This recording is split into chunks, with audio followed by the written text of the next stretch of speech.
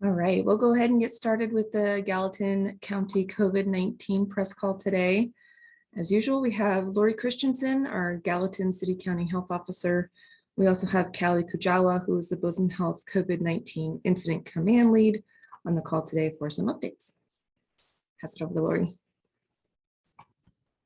Great, thank you, Holly. Appreciate the introduction. My name is Lori Christenson. As Holly mentioned, I'm the health officer for Gallatin County, and I'm going to start with our surveillance reports.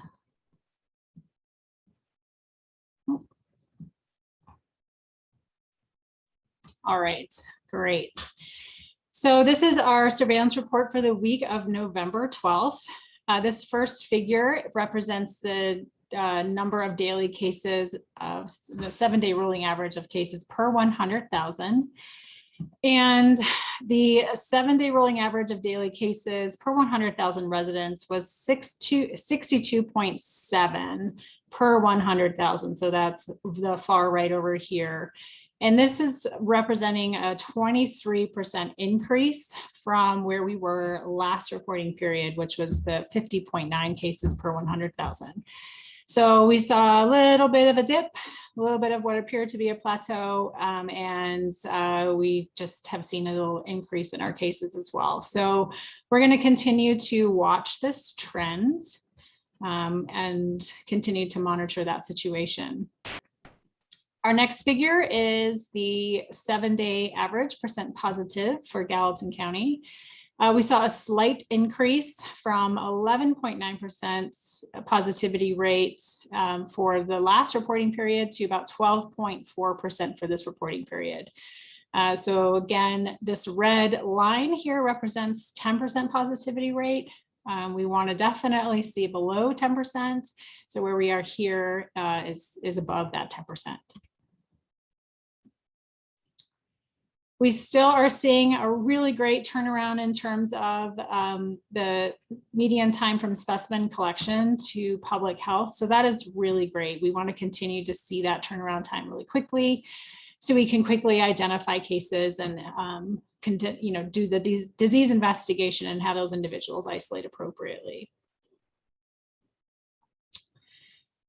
For vaccination status, again, the orange bars are representing the individuals who are not vaccinated, and the blue bar represents the individuals who are vaccinated. This is, again, our total cases per that reporting week.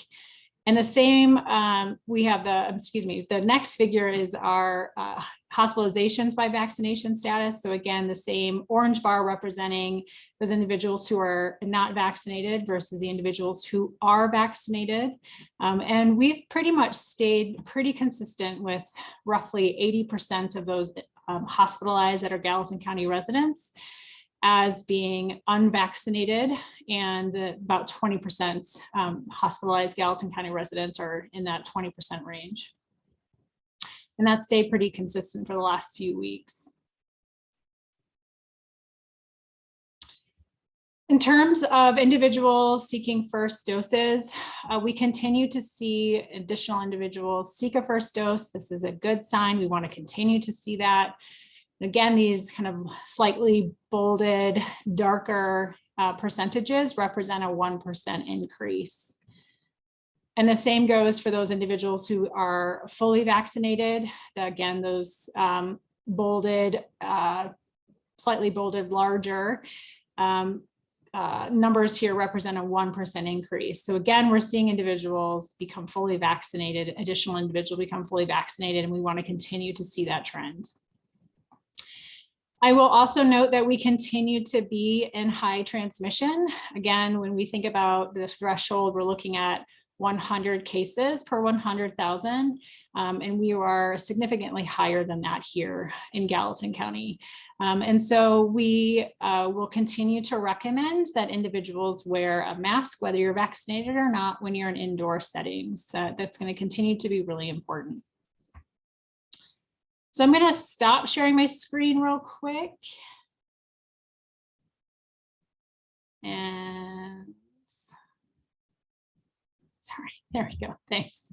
And I just wanted to provide an additional update with regards to our flu cases and our flu season.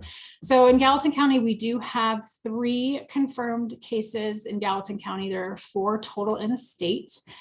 And I just want to remind everyone that influenza is not a minor inconvenience. For a lot of individuals, it can be quite serious. And as many as 200,000 Americans are hospitalized because of influenza each year, and as many as 36,000 die of this disease or complications associated with it. So it's definitely a serious disease. And in terms of our influenza activity is low or has been low nationally, and the number of influenza cases or virus detected by public health labs has increased in recent weeks. And when we think about influenza, the annual flu vaccine is really the best way to protect against flu and its potentially serious complications.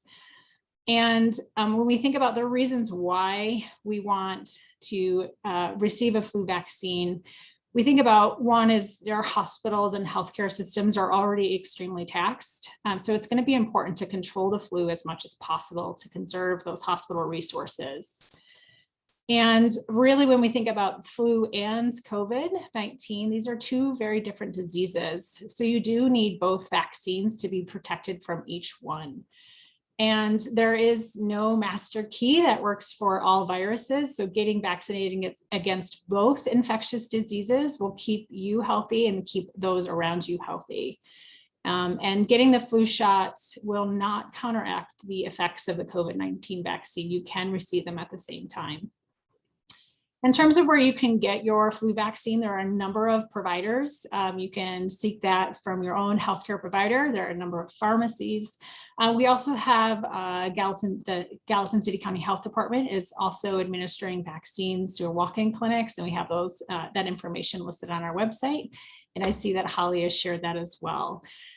So with that, I just wanted to make sure we share with the community that we do have flu activity, staying home. A lot of the prevention measures that we've discussed from the start of COVID-19 really are very similar to the same measures you should be taking when you're sick and when we're in influenza season. And so that is, again, washing your hands, avoid touching your face, staying home when you're sick, and staying away from others when you're sick as well. So with that, I'm going to turn it over to Kallie for any other healthcare system updates and Bozeman Health updates. Great, thank you so much, Lori. So today we currently have 22 COVID-19 positive patients at Deaconess Hospital. We do not have any COVID positive hospitalized patients at Big Sky Medical Center. Our critical care unit at Deaconess Hospital has 20 beds, and it is currently at 75% capacity. So 12 of the 15 patients in the critical care unit are COVID positive.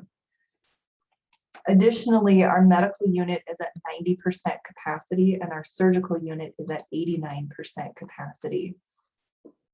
As you know, as Lori has said, and as we've mentioned in the past, we're continuing to partner with Gallatin City County Health Department to hold COVID-19 vaccine clinics at Entrance 1 at Deaconess Hospital. We also have clinic dates available in Big Sky as well. To date, we have administered just under 7,500 booster doses for Gallatin County residents, and just under 57,000 total doses. We started administering pediatric Pfizer vaccine last week to our youngest pediatric population that's been approved. So far, we have administered 877 vaccines to pediatric patients ages 5 to 11, and 4,202 vaccines to the rest of our pediatric patients between the ages of 12 and 20. The health and safety of our employees and patients remains our #1 priority. Our legal, compliance, and human resource teams continue to review and plan our approach for the issued CMS regulations on vaccine mandates. We anticipate sharing information with employees and our physicians and other providers late next week.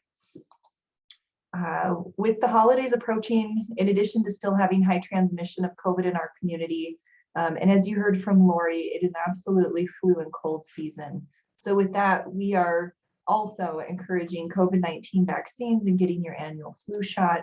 And as Lori said, you can obtain those through your primary care provider or by calling one of our locations to see when you can get your flu shot. That's really all that I have, and I'm definitely happy to answer questions. Thank you, Kallie. I see. Okay. All right. I just wanted to make sure that, that MSU hasn't joined our call. So with that, we'll go ahead and open it up for questions for either Kallie or myself.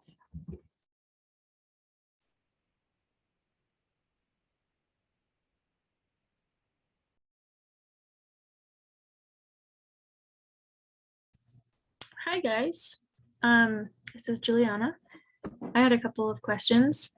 Lori, I was curious, I noticed this last week too, on the vaccination chart for the first doses, I think it was a 70 to 79 age range was 102% vaccinated.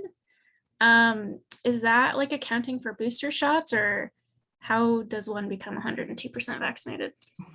I'm really glad that you mentioned that. And actually, we were looking at that as well. And I think I mentioned this on the last call that we anticipated some changes in the number of eligible individuals. And so this is actually more of probably a reflection of the denominator, if you will, or so the individuals, what is being considered as the population size in that particular age demographic. And we're going to see a change, or you all will, you should see a change according to information we have from the state on the COVID-19 dashboard, where they're going to adjust the number of individuals who are eligible, as well as that population size based on the most recent census information. So that's more of an artifact likely of the actual number of individuals who are in that age range. But we also know that there's likely more in that 70, you're right, it was the 70 to 79-year-old age range. So the denominator is likely going to change in the week or so. Does that make sense? Did I explain that well enough, Juliana? Yeah, I think that makes sense.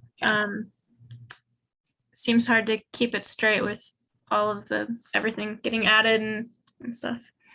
And then the other thing I was going to ask is kind of when those 3 flu cases came up here in the county, and whether or not they've been serious, required hospitalization or anything like that. I cannot speak to the hospitalization status, but those were reported this last reporting period. So I can give the exact dates for you after this call, if that's okay. Not the exact dates, but at least the reporting period. Yeah, for sure. Thank you.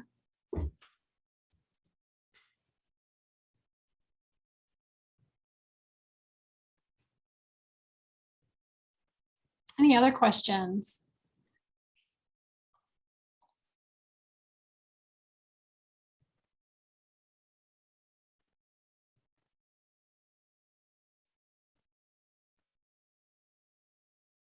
Okay, well, we appreciate you all joining us again today. We also know, as I said, I'm sure there are individuals who are listening to us afterwards. So we appreciate those who have that are listening in and asking good questions. We'll continue to provide weekly updates. We may be changing the our pattern of when we're doing these press calls, but we'll be communicating that out as soon as we've made some final decisions around that. But regardless, we'll have surveillance reports available. We'll have all of our data points available. And if something were to come up where you needed an immediate press call, we would certainly pull that together as well. So we'll continue to be available. We just may shift this press call cadence a little bit in the weeks to come. So with that, I hope everybody has a safe and healthy weekend and get your vaccines. So thanks so much, and have a good rest of your day.